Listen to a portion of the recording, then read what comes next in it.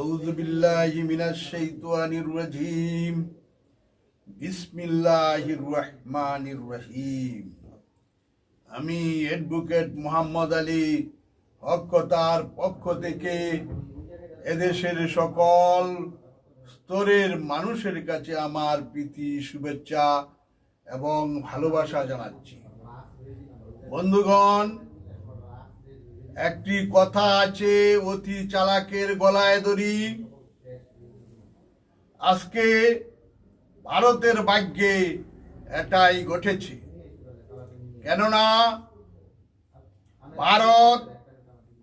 বর্তমান ভারত একটা হিন্দু সাম্প্রদায়িক রাষ্ট্রে পরিণত হয়েছে। তারা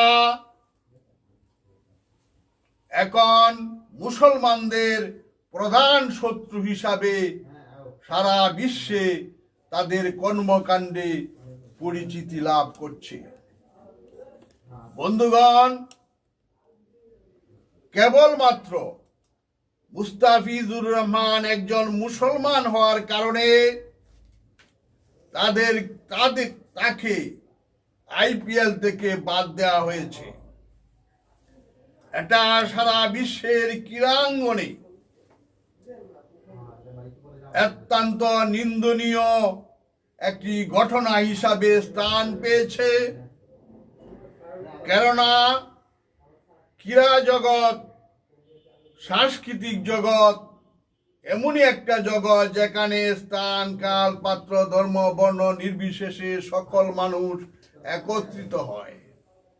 সেই ক্রীড়াঙ্গনে মুস্তাফিজুর রহমানকে মুসলমান হওয়ার কারণে তাদের আইপিএল থেকে বাদ দেওয়ার ফলে সারা বিশ্বে নিন্দার ঝড় উঠেছে।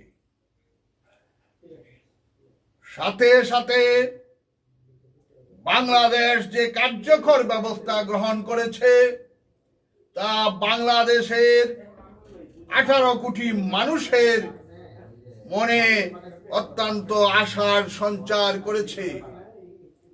কেননা ইটটি মারলে পাটকেল টিকাতে হয়। এটা বাংলাদেশ আজকে ভারতের চোখে চোখ রেখে বুঝিয়ে দিয়েছে। বাংলাদেশ পরিষ্কারভাবে ঘোষণা করেছে যে আইপিএল এর কোনো খেলা তারা বাংলাদেশে দেখাবে না। সরকারি